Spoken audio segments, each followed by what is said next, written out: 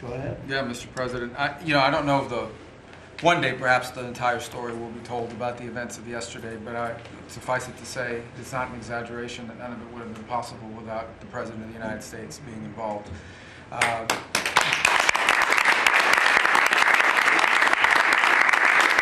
It really began with your trip to the Middle East, where these relationships were forged with partners in the region, personal relationships, close relationships that created the foundation where all this was possible. Where I think this really took a turn. Remember, a month ago, no one thought this was possible.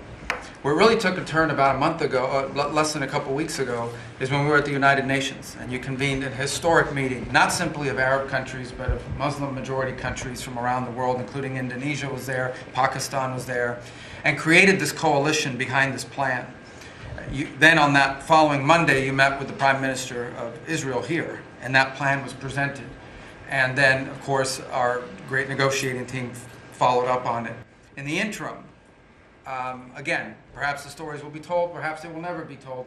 The President had some extraordinary phone calls and meetings that required a high degree of intensity and commitment, and made this happen. And I think what's important to understand is that yesterday what happened was really a human story. There's a geopolitical aspect to it, there's no doubt about it. It creates the conditions for Gaza to one day be a normal place again, and people to have a better life, and Israelis to be safe. But yesterday was a human story.